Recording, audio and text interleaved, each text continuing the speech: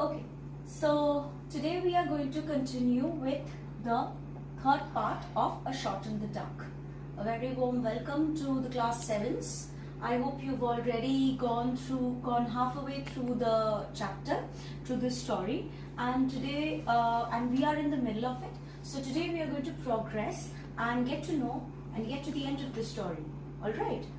If not today, then at least a part will be completed today. Okay. Now, I'll just go with a quick recapitulation. We were in the place where we got to know that the occupant was the second son of Honoria Saltpen Iago, whose name was Bertie. Okay, and he was in need of money, and thus he asked Philip Sletherby to lend him some. Okay, 3 or 4 quid he was short of it, and he asked him to lend him pound notes. Okay, and he had agreed to it. Sletherby did agree to the fact, and we already know that Bertie was a very disheveled young man, but was smart at the same time. And suddenly, Sletherby had agreed, but something struck him. Something was gnawing away at him. Therefore, there was an idea that he had, Sletherby, and he asked what was his crest. All right. So he answered that it was the crest. I'd already explained to you what a crest is. It is the emblem of the families that usually stayed in the coat of arms. Okay, so in the on the helmets or any other belongings of the family members. So he also had the crest. Bertie also had the crest, the emblem of the crest on his coin purse, which he had lost. So the crest that was there on the coin purse, it resembled a demi-line holding a crosslet. Okay, so that struck him, that struck Sletherby, because at that moment he said, but when your mother had written to me regarding the list of trains that he had to board in order to come to Brilmanor in Chalkshire County, which is a imaginary place. All right, imaginary. It's a fictional place, just made up for this story by Saki himself. So he noticed that the mother's crest had a running greyhound, and it was not a demi-line. So this was the confusion that had been created in Sletherby's mind, and Bertie attempted to clear out or solve the confusion. What did he say? That is the Iago crest. So you will notice that their surname, which is Saltpen Iago, it is made up of 2 surnames. So we can imagine, or we can assume that one could be a married surname, or one could be the maiden one, or she might have been married twice. So, however, anything could have been in that place. Okay, so that was the Iago. What I think positive is, one is a maiden name that she could inherit from her father, and one is a married name that she got from her husband. Might be okay. However, so Bertie clarified that Iago was the greyhound crest that she had been using recently, and Saltpen was the one that that Bertie had been using.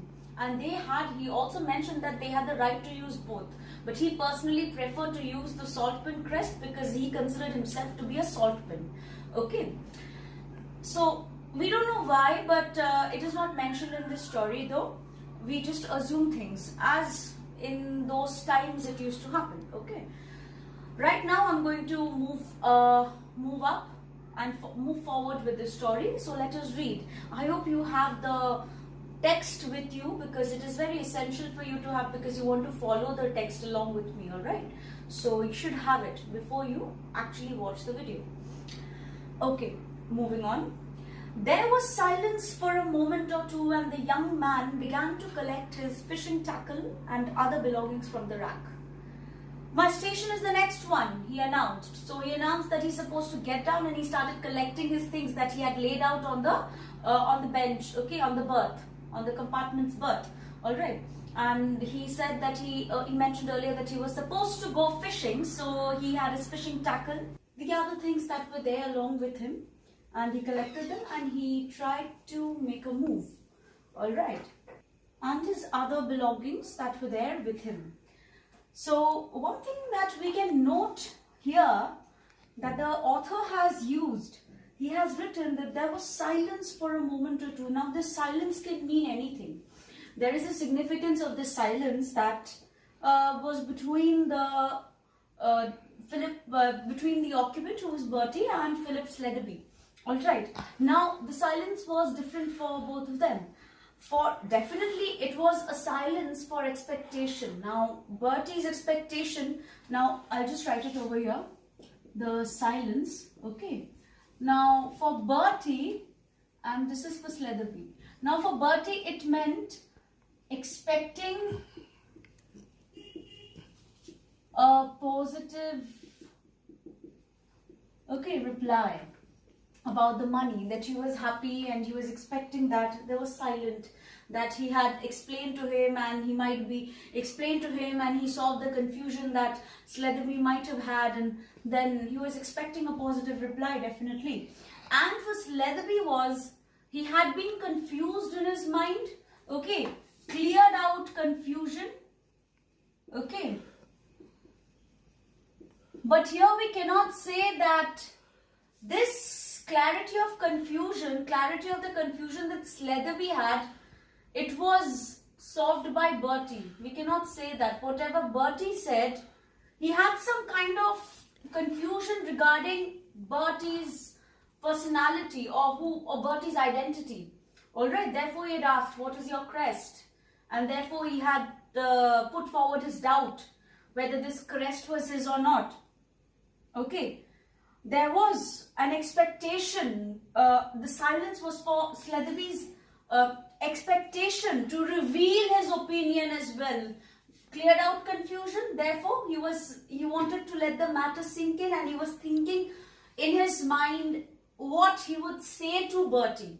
Okay, so to reveal his opinion, this was the silence for, this was the expectation.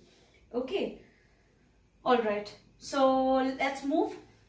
I've never met your mother, said Sletherby suddenly. Though we've corresponded several times, corresponded meaning to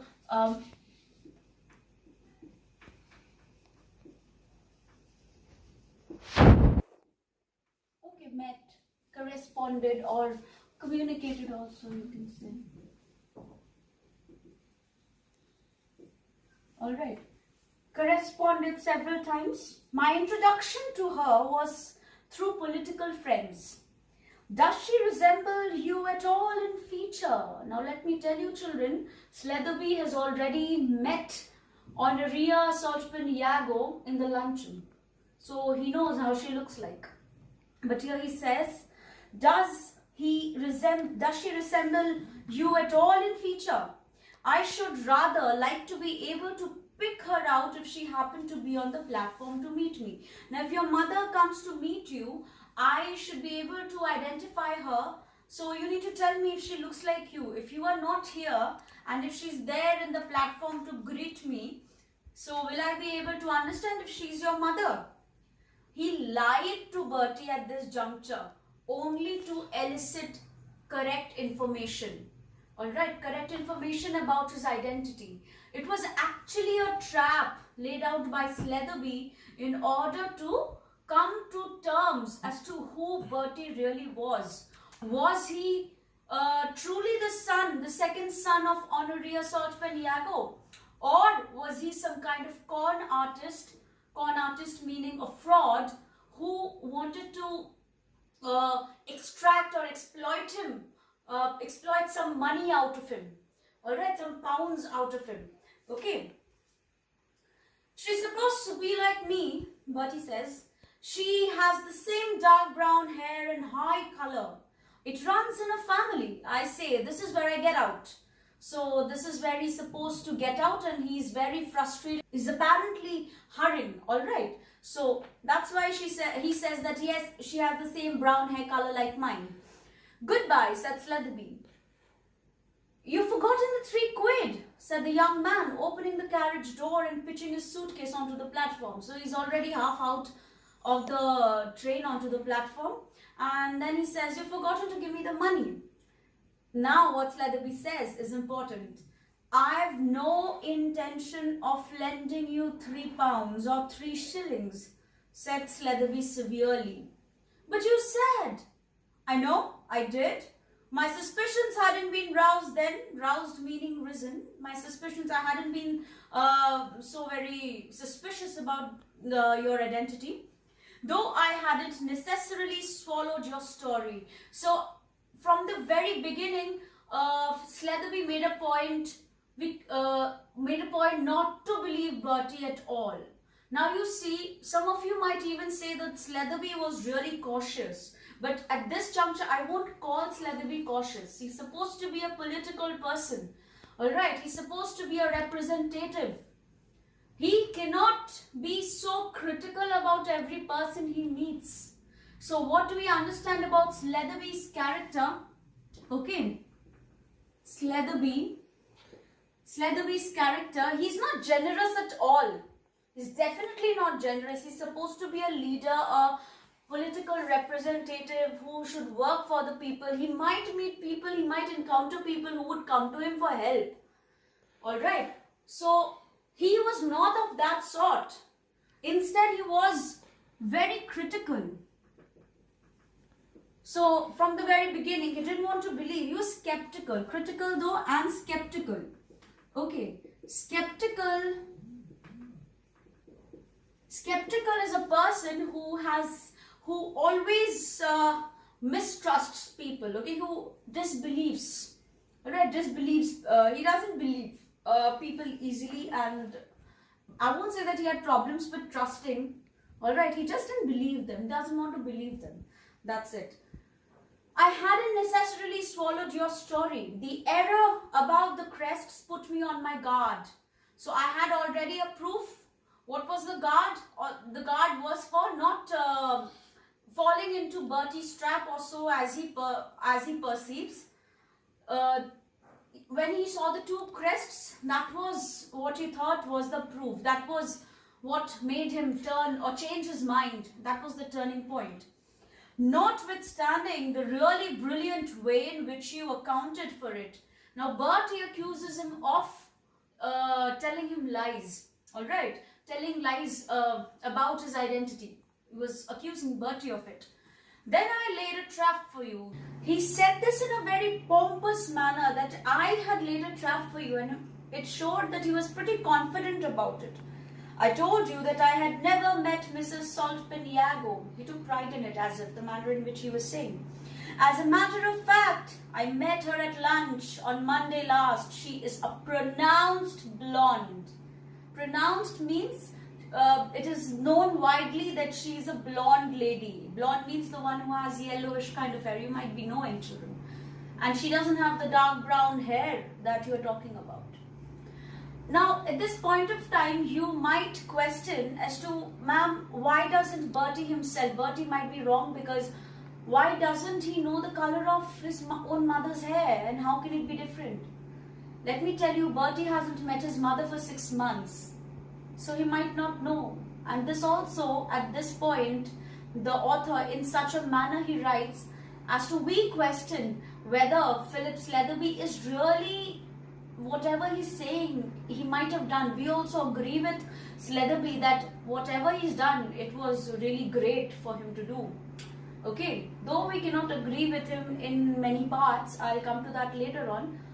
Right now, we do agree with him that yes, he has identified a con artist. So, and he has just shoved him out, shoved him away from his, shoved him out, alright. So that's it. Now we move on. The train moved on, leaving the so-called son of the Solpent Yago family cursing furiously on the platform. So obviously he's very upset, he's frustrated, he's angry at Philip Sletherby, and he curses again. That comes very naturally to him. Now, well, he hasn't opened his fishing expedition by catching a flat, chuckled Sletherby. By catching a flat means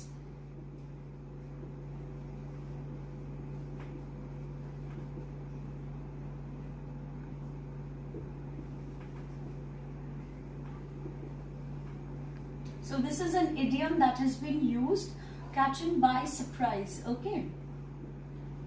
And also opened his fishing expedition.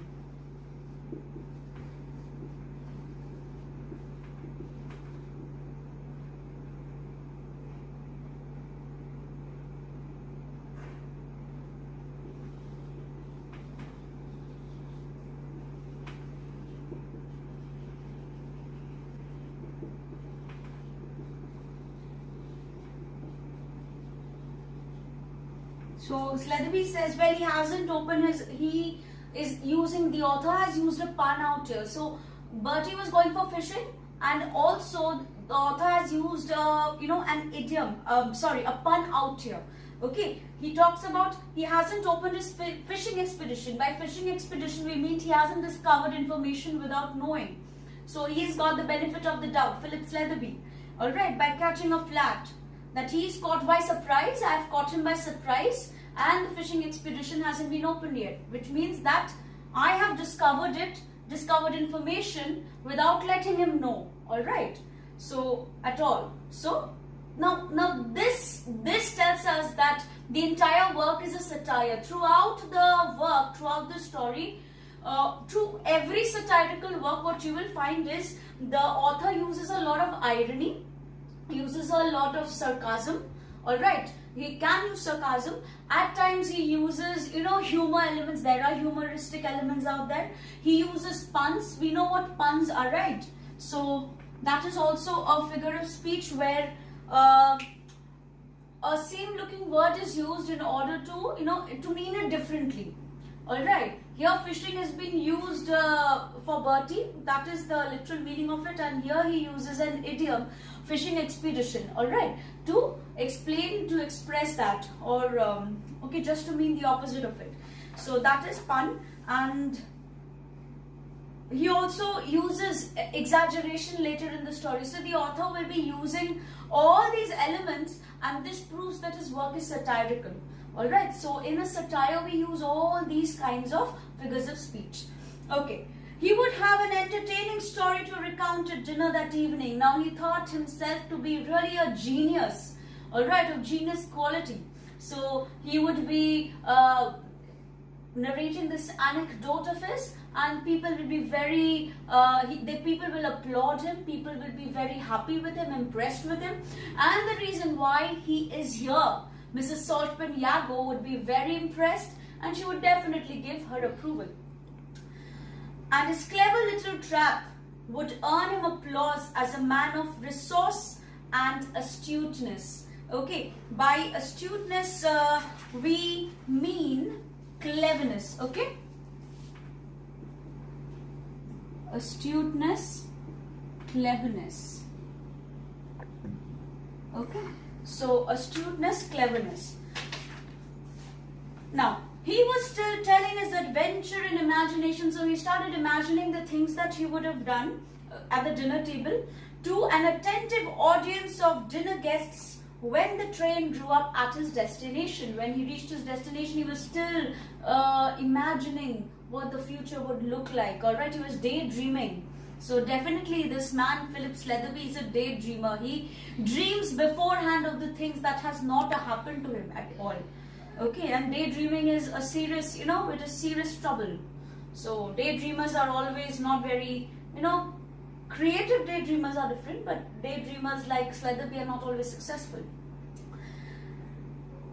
On the platform, he was greeted sedately meaning calmly. Okay. Sedately is calmly.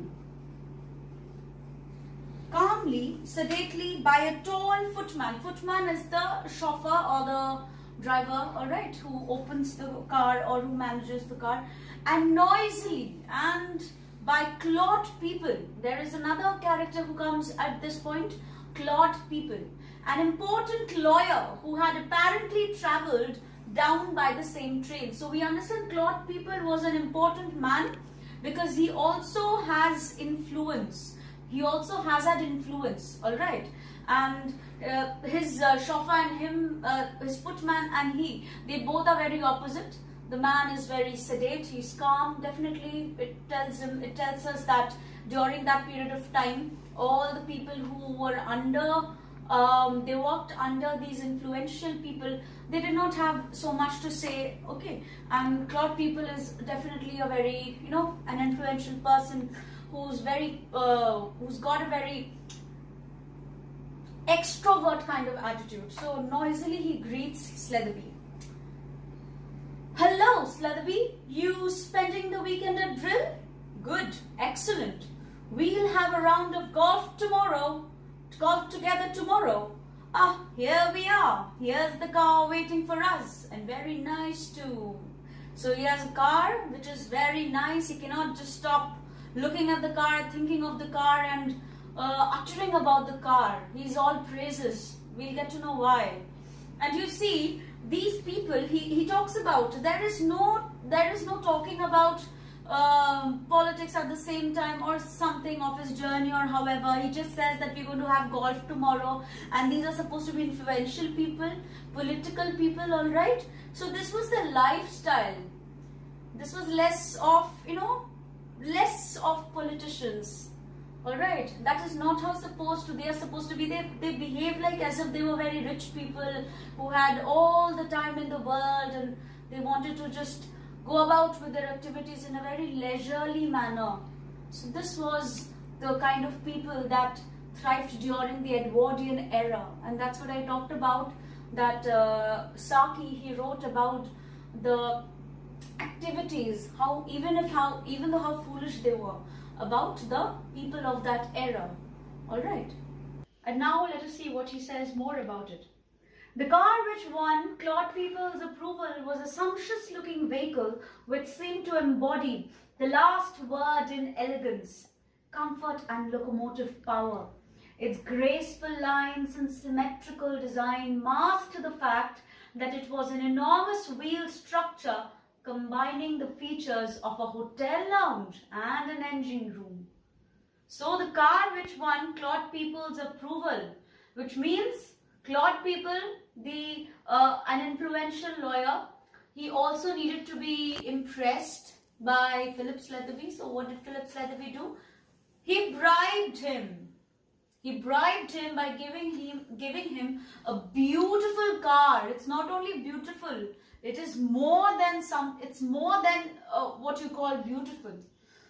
It embraced whatever you call elegance, comfort, and engine power, locomotive power. Locomotive is something that is related to automobiles. Okay, so embody the last word in elegance, which means it meant elegance. It meant that it was everything in the world of elegant.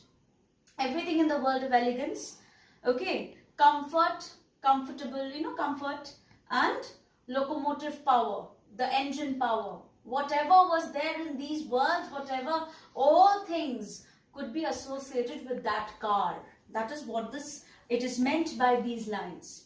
Okay, so, and its graceful lines, the manner in which it was made looked very graceful, and symmetrical design, its lines of symmetry, the design of the car, it talked about how aristocratic these people were, alright, and how desperate Philip Sletherby was, in fact, to get the seat, so that he could go to this extent to bribe an influential lawyer. Alright, and he's supposed to be a lawyer, right? He's supposed to uphold the right values, but he doesn't do it. He takes a bribe from Philip Sletherby. Okay, and it combines the features of a hotel lounge and engine room. It was so huge, it was so big. Now this is what you call an exaggeration. Like a pun, an exaggeration is also a figure of speech, okay, where it resembles something. Here it is the car, resembles something better or worse, okay, negative and positive, better or worse than it really is. So the exaggeration is used in a satire. Definitely it is also used to resemble something better or worse. So actually the car might not, the hotel lounge might fit into the car, all right, definitely it wouldn't. So it is an exaggeration to show that it was really huge, it was really spacious, okay, and it really smelt of money. And this is an exaggeration that the author has made in order to have an impact, okay, on the kind of desperation or the kind of activity, desperate activity that Philip Sletherby has done. We will keep it till here, all right. Now what do we understand from this part that about Philip Sletherby? You can go to any extent to get that seat, all right, though it doesn't mean that he's very much, he thinks about people. We cannot say that he thinks about how good he would, how well he would work, all right, how good he would be to the county of Chalkshire, of how important would he be or how helpful would he be, but it only meant for him to grab a position in the government.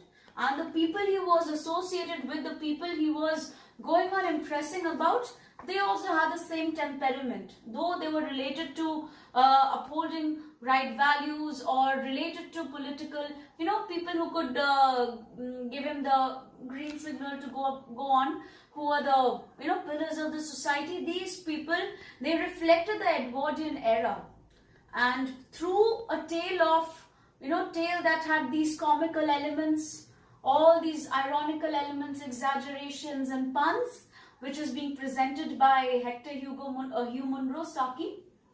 This is what we call a satire. We'll get to the end of it in the next video, alright? And we'll know what are the satirical elements. How is this entirely a satire? Okay, and we are going to get to the end of the story. We'll put a concluding, we'll read the concluding part of it. Okay, so thank you children for listening.